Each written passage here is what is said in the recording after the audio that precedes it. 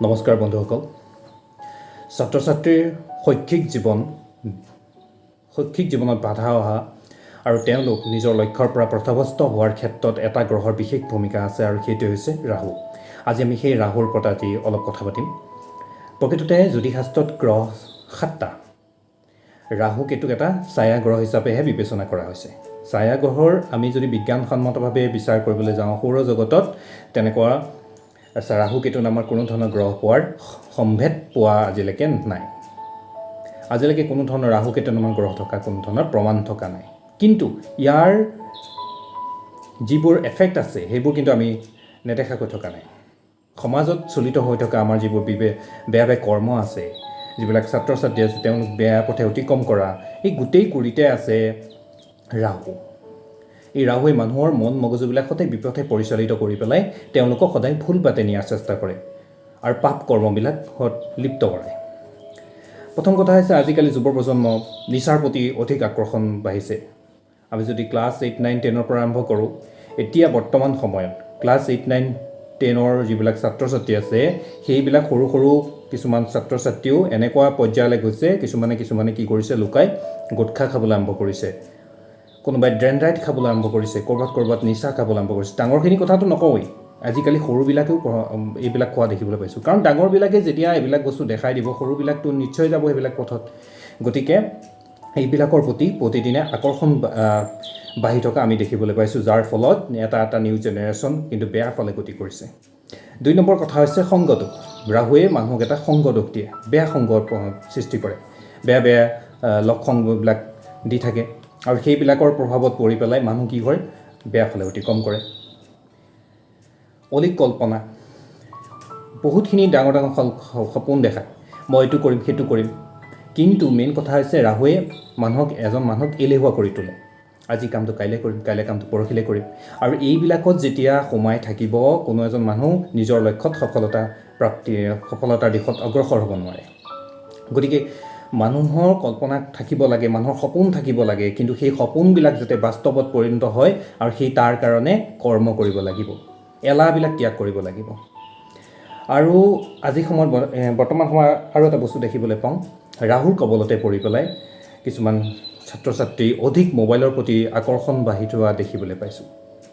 মোবাইলটো খুব চলাব লাগে, কিন্তু জোখতকৈ অধিক নহয়। জোখতকৈ যদি মোবাইল বেছি পৰিমাণে ইউজ কৰা হয় তেনেহ'লে মানুহৰ স্মৃতিশক্তি কমাই তোলে, চকুৰ প্ৰব্লেম কৰিব পাৰে, খিংখিঙীয়া কৰি তুলিব পাৰে।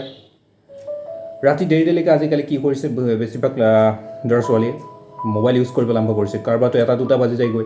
ৰাতিপুৱা 1-2 বাজিলৈকে যেতিয়া মোবাইল ইউজ কৰিব, মোবাইলত কথা বতৰা আৰম্ভ কৰিব, ৰাতিপুৱা শোৱাৰ পৰা উঠোতে দেৰি হ'ব।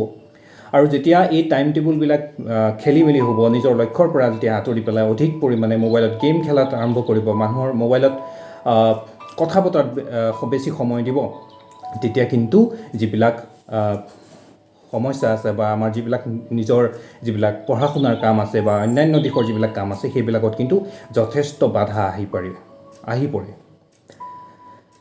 শিক্ষা জীৱনৰ কথাতে কওঁ, শিক্ষাৰ জীৱনততো আমি যিবিলাক মানুহৰ মোবাইল ৰাহুত দশা চলা দেখিবলৈ পাওঁ, সেইবিলাক কিন্তু আৰু বেয়ালৈ গতি কৰে। বহুবিলাক পিতৃ মাতৃৰ নিজৰ সন্তানৰ ওপৰত এটা বিশ্বাস আছে যে তেওঁ ডাঙৰ হৈ পেলাই ডক্টৰ হ'ব, ইঞ্জিনিয়াৰ হ'ব। আৰু যেতিয়া এইবোৰ পঢ়িবৰ কাৰণে বাহিৰত পঠোৱা হয়, যিবিলাক মানুহৰ ল'ৰা ছোৱালী কি কৰে, ৰাহু দশা চলি থাকে, তেওঁলোকে কি কৰে, পঢ়াত পঢ়িবলৈ যায়, কিন্তু পঢ়াৰ সময়ত তেওঁলোকে নপঢ়ে। পঢ়াৰ সময়ত কি কৰে, লগৰ ল'ৰা ছোৱালীৰ লগত বা লগৰ বন্ধুৰ লগত গৈ পেলাই বেয়া যিবিলাক বন্ধু আছে সেইসকলৰ লগত গৈ পেলাই আড্ডা মাৰিব, মোবাইল টিপিব বা মদ, ভাং, চিগাৰেট, ড্ৰেণ্ডাইট এইবিলাক বস্তুত তেওঁলোকে বেছি সময় দিব, যাৰ ফলত নিজৰ যিটো লক্ষ্য আছিলে, যিটো পঢ়িব লাগিছিল, যিটো সপোন আছিল যে ডক্টৰ হোৱা, ইঞ্জিনিয়াৰ হোৱা, সেই সপোনটোৰ ক্ষেত্ৰত কিন্তু যথেষ্ট বাধা জন্মে। আৰু যাৰ ফলত গৈ পেলাই শেষত সেই দিশটোত তেওঁলোকে আগবাঢ়িব নোৱাৰে। এনেকুৱা ধৰণৰ আমি বহুখিনি কেছ দেখিবলৈ পাইছোঁ। এইবোৰ কিন্তু ভাল কথা নহয়, জোখতকৈ অধিকটো ভাল নহয়। আৰু এটা কথা এই ৰাহুৱে মানুহ কি কৰে, অধিক আত্মবিশ্বাসী কৰি তোলে। আত্মবিশ্বাস প্ৰতিগৰাকী মানুহৰ লগত থাকিব লাগে। সাহস আৰু আত্মবিশ্বাসে প্ৰতিগৰাকী মানুহক জীৱনৰ প্ৰতিটো দিশত আগবাঢ়ি লৈ যোৱাত সহায় কৰে। কিন্তু অধিক যদি আত্মবিশ্বাস থাকি যায়, সেই অধিক আত্মবিশ্বাসৰ পৰা মানুহৰ অহংকাৰ সৃষ্টি হয় আৰু অহংকাৰে প্ৰতিগৰাকী মানুহক অধঃপতনে লৈ যোৱাত সহায় কৰে। গতিকে ৰাহু হৈছে মানুহক বিপথে পৰিচালিত কৰাৰ গুৰিতে হ'ল ৰাহু। ই সদায় মানুহক বেয়া পথে অতিক্ৰম কৰি থাকে। বেয়া বেয়া চিন্তা, বেয়া বেয়া বিচাৰ বুদ্ধিবিলাক, এইবিলাক হৈছে ৰাহু। মহাভাৰতৰ যুদ্ধৰ কথাকে কওঁ, দুৰ্যোধনৰ যিজন গুৰু আছিলে সেইজন গুৰু বুলি ক'ব লাগিব মামা শকুনি। সদায় বেয়া বেয়া বুদ্ধিবিলাকে দি আছিলে। সেই বেয়া বেয়া বুদ্ধিবিলাক কি হয়? সেইটো হৈছে ৰাহু। কাৰণ দুৰ্যোধনক ধ্বংসৰ পথে অতিক্ৰম কৰিছিলে।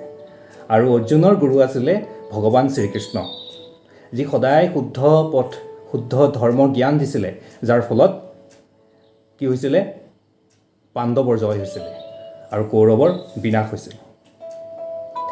এতিয়া এই যে সংগ দোষ বা ৰাহুৰ যিবিলাক কবলত পৰি আমাৰ যিবিলাক যুৱ প্ৰজন্ম প্ৰতিদিনে বেয়াৰ ফলে অতিক্ৰম কৰিছে, অনাগত দিনবিলাকত যাতে আমাৰ এনেকুৱা নহওক, তাৰ কাৰণে কিন্তু আমাৰ লগতে সকলোৱে নিজৰ পিতৃ মাতৃয়ে আটাইতকৈ গুৰুত্ব অপৰিসীম। নিজৰ সন্তান যাতে বেয়াৰ ফালে অতিক্ৰম নকৰে, তাৰ কাৰণে সৰুৰে পৰাই নিজৰ সন্তানৰ লগত এগৰাকী বন্ধুৰ দৰে ব্যৱহাৰ কৰিবলৈ আৰম্ভ কৰক। আৰু বন্ধুৰ দৰে ব্যৱহাৰ কৰিলে কি হ'ব? সন্তানে কি ভাবিছে, কি বিচাৰিছে, সেই সকলোবোৰ কথা আপোনালোকে গম পাব। যাৰ ফলত আপোনালোকে যদি নিজৰ ল'ৰা ছোৱালী বেয়া পথে অতিক্ৰম কৰে, তেতিয়াহ'লে আপুনি তেওঁক বুজাই পৰাই ঠিক কৰিবলৈ পাৰিব। কিন্তু যদি খং ৰাগ সৰুৰ পৰাই কৰি থাকে আপোনালোকৰ, তেতিয়া তেওঁলোকে ইমান এটা ঠিক কৰিব নোৱাৰিব পাৰে। কিন্তু মোৰ যিটো বিচাৰধাৰা হয়, সেইমতে মই ভাবোঁ যে সন্তানক নিজৰ বন্ধুৰ দৰে ব্যৱহাৰ কৰক। আৰু সন্তানক নিজৰ যেতিয়া বন্ধুৰ দৰে ব্যৱহাৰ কৰিব, প্ৰতিটো কথা আপোনালোকে গম পাব, তেতিয়া আপোনালোকে তেওঁলোকক শুদ্ধ পথে আনিব পৰাত সহায় হ'ব। 2 নম্বৰতে হৈছে ধৰ্ম, আধ্যাত্মিকতা, নৈতিকতাৰ শিক্ষা।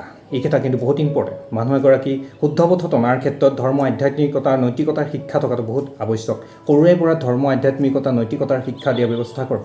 চাব আপোনালোকে সন্তান সদায় সুপথত অতিক্ৰম কৰিবলৈ আৰম্ভ কৰিব।